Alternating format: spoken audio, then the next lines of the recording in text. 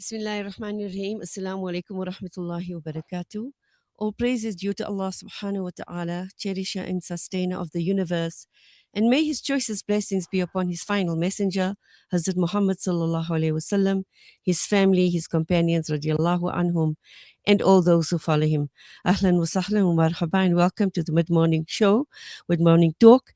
And we continue with the next hour with a very, very important topic that should have been the most important topic in every Muslim's life throughout the world. It is, yes, the predicament of Al-Aqsa at the moment. And to do that with me, we have the person who is so passionate about Palestine and Al-Aqsa, not from today, but for decades now. We have Brother Moulana Hafiz Ebrahim Moosa from the Palestine Information Network, who is going to give us, the way forward, the tools, etc., the way forward, but especially to introduce us to what the predicament of of Al-Aqsa is at the moment. Assalamu alaikum wa rahmatullahi wa barakatuh, Moulana. Welcome to the program. Alaikum salam wa rahmatullahi wa barakatuh, Abba Shamshad. Jazakallah khairan, and absolute pleasure for the invite this morning. Moulana, if you can just, I think I always say this is an orphan haram. It's an orphan masjid. And the condition of Al-Aqsa reflects the condition of the Ummah at the moment. I don't know if I'm right, but it was said to us by a very learned scholar that the condition of Al-Aqsa is a reflection of the condition of the Ummah. That means the Ummah is in a very bad state if the condition of Al-Aqsa is presently closed. What advice can you give us? First of all, tell us the predicament so that whoever is listening we'll start at this point and then you can give us pointers in the next segments, inshallah. Indeed. So, Bismillah ar-Rahman ar-Rahim. We always know that Masjid al-Aqsa has been an open wound for the Ummah. And this is not a new development. Masjid al-Aqsa, unlike what we perhaps have in our convention, say that Masjid al-Aqsa was taken over in the year 1967. This is in the midst of the so-called Six-Day War, the Naksa, as Palestinians call it. We would date this, well before this, to say in 1917, when the Ummah lost the overarching pillar of support for Masjid al-Aqsa and for the entire Bilad al-Sham, which was the Khilafah, and when General Allenby marched into Jerusalem on foot in 1917, this was when the first blow assault was launched against Masjid al-Aqsa, and Masjid al-Aqsa was already lost at that particular moment in time. And throughout the British Mandate period, we would have, even the general strike of 1936 and the punitive measure. Now, let me actually go before that. We had the Burak Wall revolution in the 1920s, where there was already an attempt there to capture the Burak Wall, and there was a commission of inquiry already back then to be able to decide who controls the Burak Wall. And from that particular point in time, even the British came to the answer that this is an inextricable part of Masjid al-Aqsa. But the British would always use Masjid al-Aqsa as a punitive measure against the Palestinians. When Palestinians rose up, they would close the entrances of Masjid al-Aqsa and not allow Palestinians to go inside the masjid, understanding the central role that Masjid al-Aqsa plays in the psyche of the Palestinians and in the psyche of their resistance. We then had the Nakba of 1948, which was not disconnected from Masjid al-Aqsa. Yes, 78% of historic Palestine was lost. And even in that particular process, the western part of Jerusalem, or Al-Quds, was taken over by the then fledgling Zionist entity, which was recognized in its earliest hours by both the United States of America as well as the USSR, the Russians. So from that moment, half of Al-Quds, maybe not Masjid al-Aqsa, but half of Al-Quds was occupied, and that already tells us that the first blow or the second blow was now launched on Masjid al-Aqsa. If the very city in which it resides is partly occupied, it's just a matter of time where this wound seeps into, or the sepsis seeps into Masjid al-Aqsa itself. And indeed, that blow then came. And I recall, in one of the research that I did, there was a prince from Saudi Arabia who had come to visit Palestine, and when he had come, just as a kind of foreboding, um, one of the one of the Palestinian poets, uh, had penned a line at that particular time where he had said, "Are you coming to greet Masjid al-Aqsa, or is Masjid al-Aqsa bidding us farewell?" So already at that time there was a sense, because of the political developments at the time, the different the Israeli assault of 1956, etc., that sands were shifting, and indeed it shifted then in 1967, when in these 6 days the Israelis defeated all of these Arab armies. But the biggest loss that occurred was the loss of Masjid al-Aqsa. And we just saw an intensification. So on that particular occasion, 1967, Moshe Dayan drives with, or the generals underneath him drive with their tanks inside Masjid al-Aqsa. There's historic pictures of this, and there's also the lifting aloft of the Israeli flag atop the Dome of the Rock. And for a while, Masjid al-Aqsa is totally shut. Moshe Dayan, however, has a change of heart, and he feels, he's not so religiously motivated as the religious Zionists of today. So he says, if we're going to take over this completely, we're going to have a backlash from the Muslim world. And therefore, he steps back and says, we will control the site remotely. Palestinians, Muslims would have to enter through our hands, but we're not going to demolish it completely. And that's why Zionists today, many of the right-wing Zionists, like the ilk of Itamar Ben-Gvir, look with a bit of disappointment at their own man, Moshe Dayan, that he could have completed the job in 1967. But obviously this is the will of Allah subhanahu wa ta'ala, that when the Ummah was at a much weaker state, Allah subhanahu wa ta'ala still protected Masjid al-Aqsa. But this set into motion a whole host of serious attacks. It was not business as normal after 1967, because 1969 is when we had the arson attack by the Christian Zionist Dennis Michael Rohan on Masjid al-Aqsa. And this is when we saw the historic member of Salahuddin that was destroyed, of Nuruddin Zanki. And we had in 1967, if to just go back one step, the bulldozing of the entire Maghariba quarter and making that into an open-air synagogue. And the Burak wall and the Maghariba gate of Masjid al-Aqsa have been out of Muslim hands since that particular time. Throughout the time thereafter, it's really a long history, but throughout the time thereafter, we would have so many attempts to blow up Masjid al-Aqsa, so many attempts to attack the worshippers. But I think the real turning point now begins from the 1990s. We have the Al-Aqsa massacre, people who gave their lives on the blessed ground of Masjid al-Aqsa. Their blessed blood fell on these blessed precincts. Then we have the Al-Aqsa Intifada. And this is where perhaps Al-Aqsa was always central, but Al-Aqsa was thrust into the deep center when in the year 2000, September 2000, Ariel Sharon comes and desecrates Masjid al-Aqsa. And this is where we see Al-Aqsa thrust into the heart of Palestinian revival. And Aqsa features and awakens the entire region and the entire Muslim Ummah.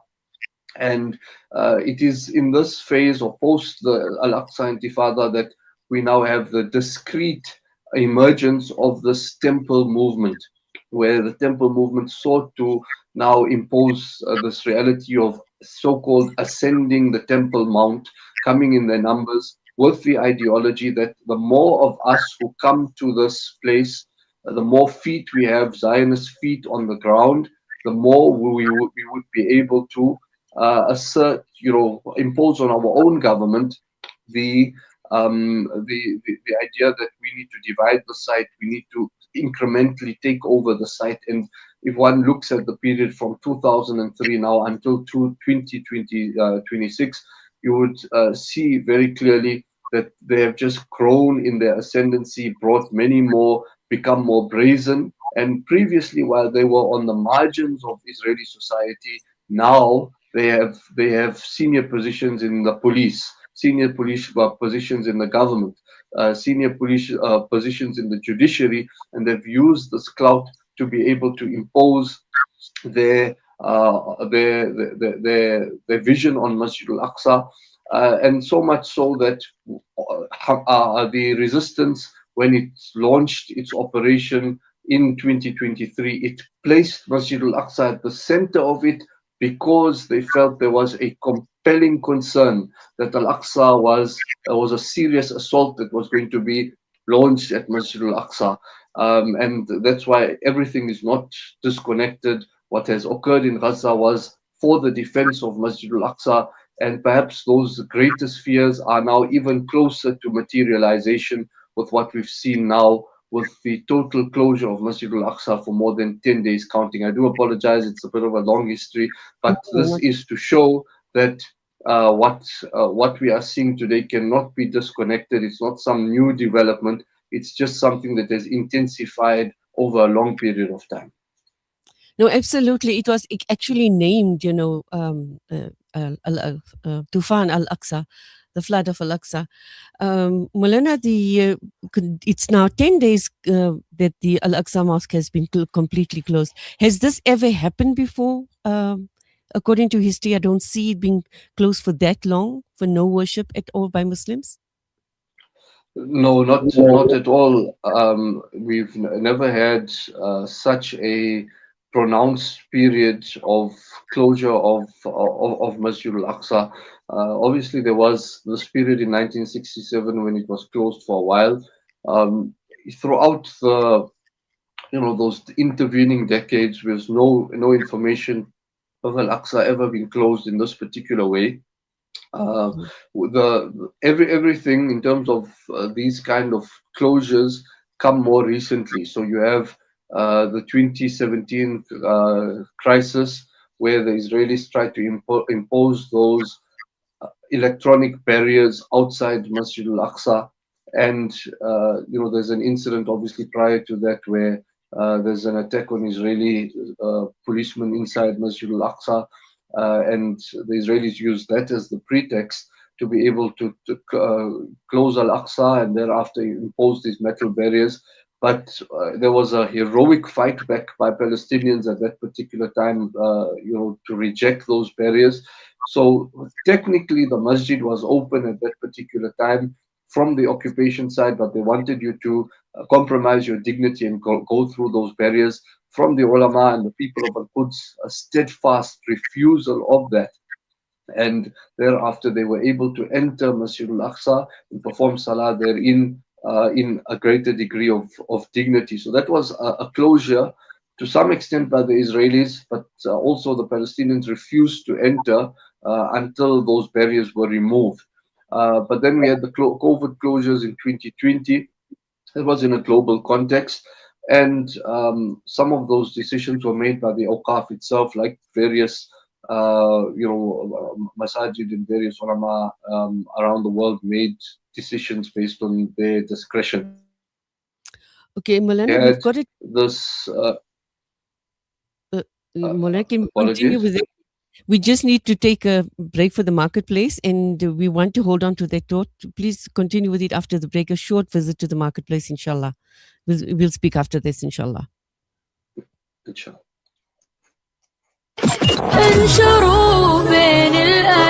Salam Media, your spiritual companion this Ramadan.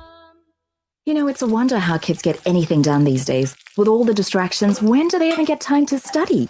As a mother, all I can really do is make sure they have all they need to perform at their best. That's why I choose to include Sunfoil, triple refined pure sunflower oil with every meal I make. Naturally cholesterol-free and approved by the Heart and Stroke Foundation as part of a balanced eating plan. So whether I'm cooking, frying or baking, I know every dish will be a wholesome one. Sunfoil, now we're cooking. Across Sudan, starvation is tightening its grip. With rising food prices and widespread malnutrition, 8.7 million people are now facing emergency or famine-level hunger. As the conflict intensifies and aid routes narrow, families in Sudan are running out of options and time. The Al-Imdad Foundation is delivering life-saving humanitarian aid to those most at risk. Stand with Sudan. Donate online at alimdad.com or call 0861 786 243 for more information. When the perfect blend of stylish decor, exquisite halal cuisine, and warm hospitality come together, it could only mean Al Bayt Lodge, your true home away from home. Al Bayt is the ideal heaven for families, business people, and tourists with its 4-star family rooms and other luxurious facilities, conveniently situated close to Port Elizabeth Airport, the beach, and other amenities. Your stay will be truly unforgettable, as you'll be taking home lasting memories of the warm hospitality, the serenity and tranquility that Al Bayt has to offer. For reservations, call 041 583 6415 or visit www.albaytlodge.co.za. Freedom Stationery supply Marlin and Marlin Kids pens to me and my school friends. They supply just about everything we need to help us get a better education, from books to files to rulers. In fact, any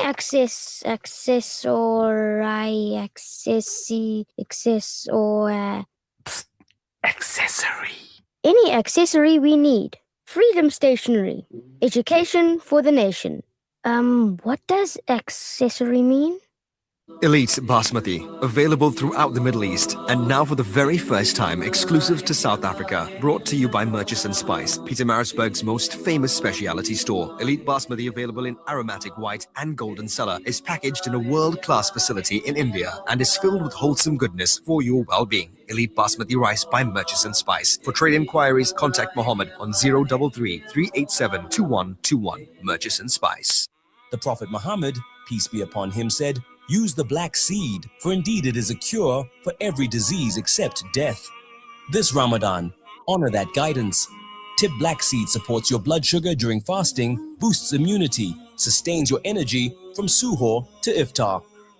Available at leading pharmacies. Tip Black Seed, your golden drop every day. You are listening to Salam Media live from our headquarters in South Africa. This is Salam Media, keeping you company this Ramadan.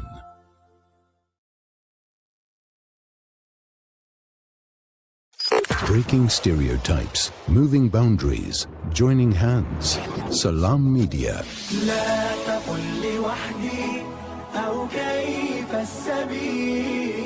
Humanity sets the agenda. Assalamu alaikum wa rahmatullahi wa barakatuh. Welcome back. You are tuned to the Mid-Morning Show, and we are in conversation with Moulana Ebrahim Moosa from the Palestine Information Network, PIN for short. And I'm sure you all know Moulana Ebrahim Moosa very well. Is highly popular, especially with the schools, universities, ulama, etc. Moulana, you're making a very important point just before the break. Please continue with that. Moulana? And I think you're on mute. Okay, sorry for that. Yeah. So just to complete that point, if I heard correctly, we spoke about COVID, and then the next. So whenever there is a so-called security incident, the Israelis close Masjid Al-Aqsa for a couple of hours. So one can then see they were always building up towards longer closures of Masjid al-Aqsa. And the previous unprecedented one was now during the 12-day war, or the 12-day incidents relating to Iran in June 2025. That was yet another closure of Masjid al-Aqsa. And again, ostensibly, it's being said by the Israelis for security reasons. One can, dig big holes into that particular argument. Since when do the Israelis really care about, at all care about the security of the Palestinians? These are people whose hands are dripping from the genocide in Gaza. You have people like Itamar Ben Gavir marauding through Masjid al-Aqsa and saying that we are the masters of this place, using every opportunity to undermine Masjid al-Aqsa. And one now supposedly needs to believe the Israelis to say that they are coming to closing Masjid al-Aqsa for the safety of worshippers. And look at the split screen, so to speak. When Al-Aqsa is shut, on the other hand, you have in Jewish Jerusalem, Zionist Jerusalem, you'll have huge gatherings that occur with large crowding occurring. So there's absolutely no total disingenuity if you want to say that they're closing it for any kind of safety of the worshippers. So those were some of the milestones. And obviously, this is totally unprecedented. The scale of the closure here, 10 days in the heart of Ramadan. This is a time when many hearts and many bags were packed to come to Masjid al-Aqsa, and there was a period in the initial where no salah whatsoever occurred. Thereafter, they allowed the muadhins, only the muadhins and a select group of staff, to come into Masjid al-Aqsa to perform the salah. But Taraweeh, even with this small group, has totally not been allowed. The Jumu'ah salah, they didn't even, it hardly even meets the requirements for Salat al-Jumu'ah in our holiest place in Ramadan. They didn't even allow the live streaming of that very, very short Jumu'ah to occur. And when we see the broader context that I've sketched, and when we see all the milestones in Ramadan, where you have a very right-wing police commissioner who was appointed by Itamar Ben Gavir, when you have the fact that people from the West Bank, by and large, were not allowed to come in this Ramadan, when you have the fact that the temple movement has been agitating for the closure of Masjid al-Aqsa in Ramadan, when you had the fact that Israeli security apparatus were walking amongst the worshippers as they were performing Salat al-Taraweeh, when we have the fact that so many of the imams of Masjid al-Aqsa, popular imams of Masjid al-Aqsa, were banned from leading Salah this Ramadan, when we have the fact that the Israeli settler incursions in Masjid al-Aqsa were extended by 1 full hour during this month of Ramadan. This is why this unprecedented closure becomes all the more ominous. No, absolutely, Moulana. There's helplessness, the Ummah, rest of the world. What would you suggest that the Ummah does, particularly with regard to our youth? How can people listening or watching, or going to be watching this program, how can they assist in protecting Al-Aqsa? That's a very, very broad question, and I think, for example, every time this happens, we have these emergency crisis meetings amongst activists, amongst women's groups, amongst media, amongst ulama, and it's becoming quite clear that this stopgap approach is not what is required of the moment. Obviously, it shows that the Ummah will not take this sitting down, inshallah. The Ummah wants to do something, but if each and every time something like this occurs, we are going to have a reactionary mobilization to say what is the statement that we're going to put out, what is the social media that we're going to put out. This is underwhelming, underwhelming response for something as important as Masjid al-Aqsa. And perhaps let me frame it this way, that hadith of Rasulullah sallallahu alaihi wasallam, where the Nabi of Allah sallallahu alaihi wasallam mentions that a time will come when a person would have a piece of land the size of a horse's rope, from which he can see Masjid al-Aqsa. خَيْرٌ لَهُ مِنَ الدُّنْيَا جَمِيعًا أو خَيْرٌ لَهُ مِنَ الدُّنْيا وَمَا فِيهَا. That simple piece of land from where one can see Masjid al-Aqsa is worth more than the whole world and everything that it contains.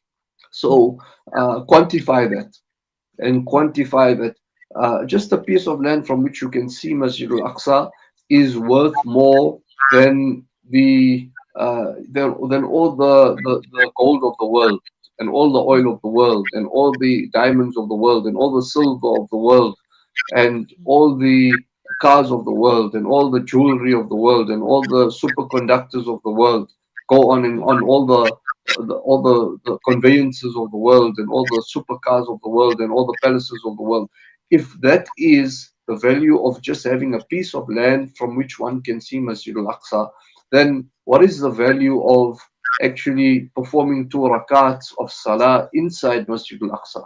And what is the value of then sacrificing oneself, or making sacrifices for Masjid al-Aqsa? So if one understands this value, one can say that the people of Gaza, as an example, have understood this value. And therefore they would say, when they would lose those ones who are precious to them, and those things that are most precious to them, they would say, هَذَا فِدَاءً لِلْأَقْصَى. This is a ransom for Masjid al-Aqsa, because they recognize that its value. If something is valuable, then it would require the greatest sacrifices. It would mean that one would have to cling on to this and be very assertive to be able to show one's level of possession over Masjid al-Aqsa. So I don't think the fact that we have perhaps still arguably lackluster responses to this particular matter, and Al-Aqsa is, just even the very discussion of this is not where it should be. It's not catapulted to number 1 in the priority list of discussions that we should have at this particular point of time. To me, says we still have a deficit in recognizing the value of Al-Aqsa. If we truly recognize the value, then the responses would be concomitant to that. So this is, the first intervention that I'm suggesting. Really understand the value of Al-Aqsa, and understand then that it is a great level of honor upon oneself and upon the Ummah if we are counted amongst those who are going to be defending Masjid al-Aqsa, that we will be counted in the circle of barakah. The circle, Al-Aqsa has a circle of barakah around it, and the people of Gaza and the people of Palestine are part of that circle.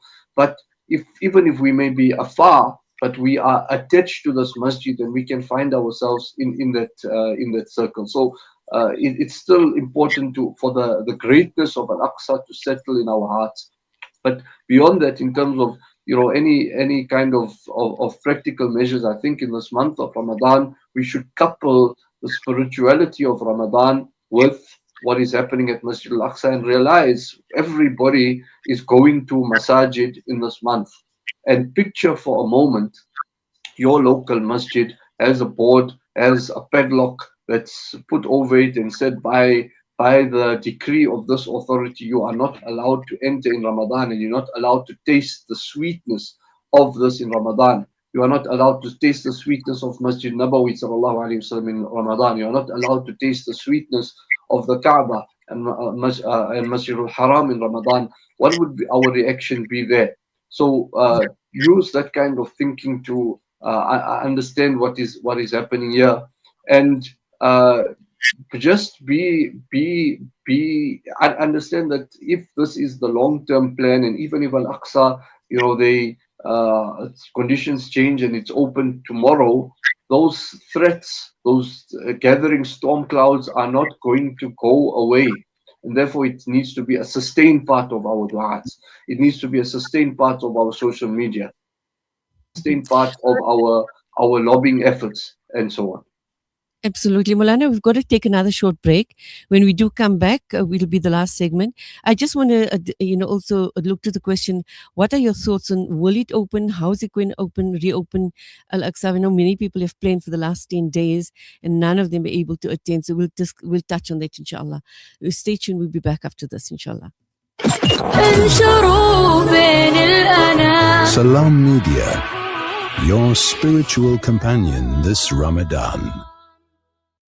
Discover the Africa of your dreams and surround yourself with her spectacular beauty. Relax beneath her serene sunsets and explore wildlife at its natural best. It's where the pride of Africa comes together. The Kwantu Private Game Reserve. Get to know the Big Five or cruise on an elephant safari game drive. Interact with lion and tiger cubs and enjoy world-class halal cuisine while we pamper you during your 5-star stay. Indulge in the true African experience. For reservations, call now on 042-203-1400 or visit kwantu.co.za.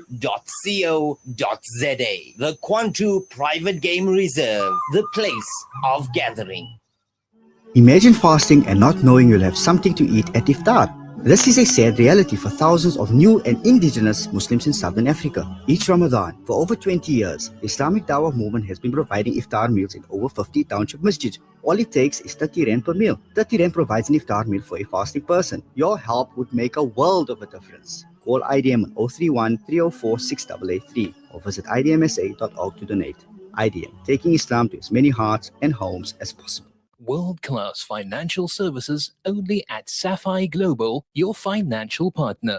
If you are looking for Islamic Sharia and ethical financial products, look no further. Sapphire Global offers a wide range of financial service offerings from short-term to life and investments. A full-service center with all financial requirements under one brand. Our highly skilled and experienced consultants are ready to help protect your financial future. Contact us on 041 001 0184 or visit our website on www.sapphireglobalfs.com. Sapphire Global is an authorized financial services provider. This Ramadan, as we fast in comfort, spare a thought for the millions of people struggling to survive.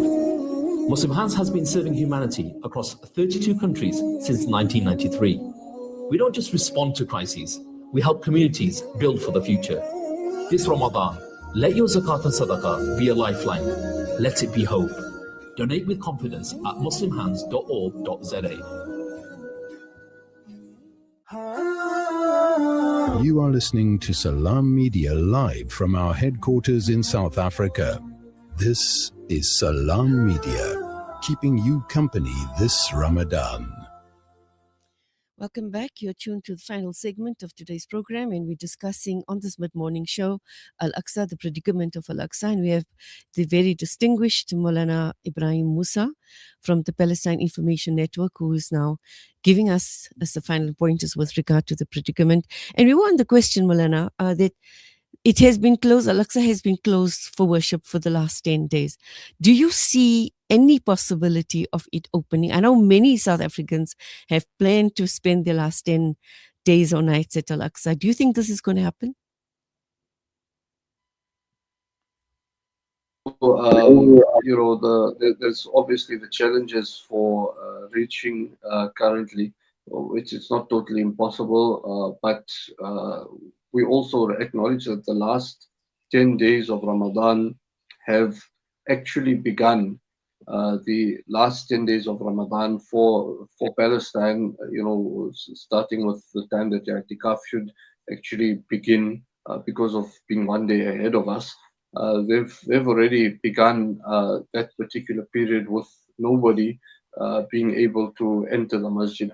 I think, again, it's very precious, and we are all part of the Ummah. That South Africans are part of the Ummah, the Britons are part of the Ummah, and they've been playing an important role, and an acknowledged role, to come to Masjid al-Aqsa and uplift and revive the spirit of i'tikaf at Masjid al-Aqsa. So that is acknowledged, but it should not only be about whether I, as a South African, have the privilege and honor of going to Masjid al-Aqsa, because many a time in the past, people would, just center our own experiences. So I came, I was not interrogated. I came, I was able to perform salah in peace, and therefore I give a gloating review to the world that I had such an experience. I didn't experience any bombs. What are you talking about? These are real sentiments that I've heard. Whereas I think at this particular moment, we should expand our view to say that just as I have the cherished desire to be able to perform salah at Masjid al-Aqsa, that imam who is banned, or that sister who's banned, that murabita who's given so much for Masjid al-Aqsa, lost her job, been placed under surveillance, had her children separated from her, who can see Masjid al-Aqsa from the window of her house, but is barred from entering Masjid al-Aqsa.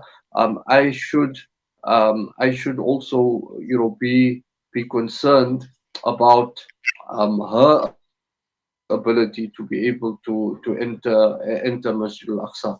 So it should be not only returning Masjid al-Aqsa to that status quo. Yes, okay, it's open, but then there's the dual system of who's got the privilege to enter, who doesn't have the privilege to enter.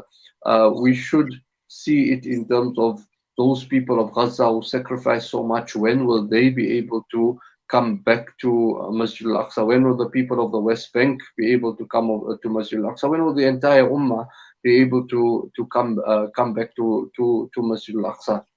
So I think that is the mindset that we should have, and we should then understand that this battle is being played itself out through the genocide in Gaza, through the annexation of the West Bank, and it's all interconnected. And therefore, even if for this moment one is not allowed to come to Masjid al-Aqsa, I'm not normalizing that reality, but I am going to exert myself to the maximum in these days to be able to assist the Palestinian cause in general, because this is the front line of defense of Masjid al-Aqsa.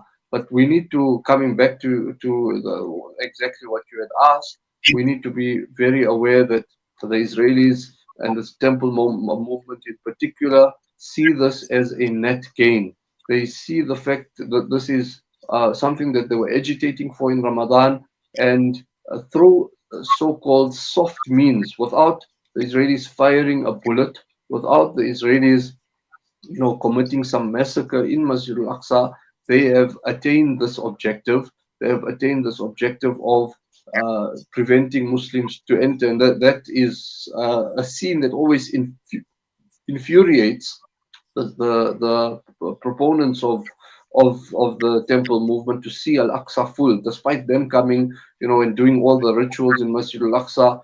They still are small players numerically compared to the Muslims who gravitate from all over the world to Masjid al-Aqsa. So the fact that they've managed to empty Masjid al-Aqsa out during this month of Ramadan is a great success, and they would then want to transition very effortlessly after the month of Ramadan, not seeing Muslims there in Ramadan, not seeing Muslims there in Eid, and then going into the Purim period after the month of Ramadan to now, go full scale ahead with their rituals, go full scale ahead, even Allah forbid, with establishing an altar inside Masjid al-Aqsa.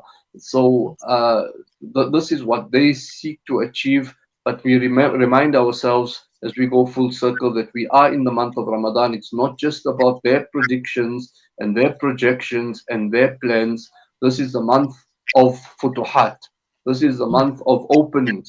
This is the month of the liberation of Makkah. This is the month of liberation of Andalus. This is the month of the Furqan, the battle of Criterion that took place being the Battle of Badr. And therefore, even if we're not going to get that full experience of the i'tikaf, there's no harm in believing that with the spiritual power and with the uh, physical power that we try to exert the efforts in this month, that this masjid could open, and it could open decisively beyond what we can even imagine in the current realities. And therefore, I urge to understand, yes, we have a idea of what ibadat are in the last 10 days of Ramadan, whether it is the dua, whether it is Qiyam, Laylatul Qadr, etc.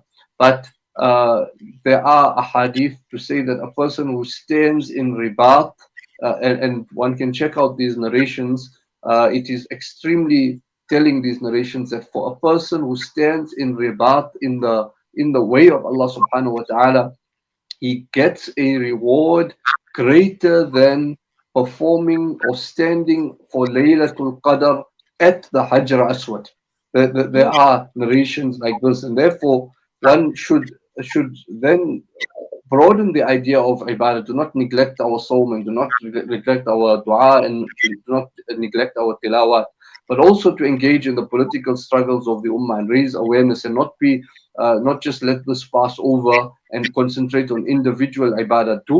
It's not for me. If Al-Aqsa is a sense of personal responsibility, explore with one's own mind, what can I do much more than what I can do currently, and do that, and sweat and burn the midnight oil and go all out to exert yourself for your masjid in this month of Ramadan. And rest assured, if it comes with that particular intention, it will get the full reward of ibadah, and even multiplied ibadah, because this is a great act of defense of one of the greatest houses of Allah subhanahu wa ta'ala. Beautifully said, Moulana. I think you hit the nail on the head.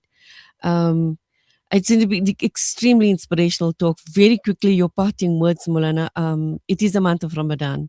What would you like to be, and what would you insist on the Ummah do besides the du'as and, sincere, meditation with regard to Al-Aqsa?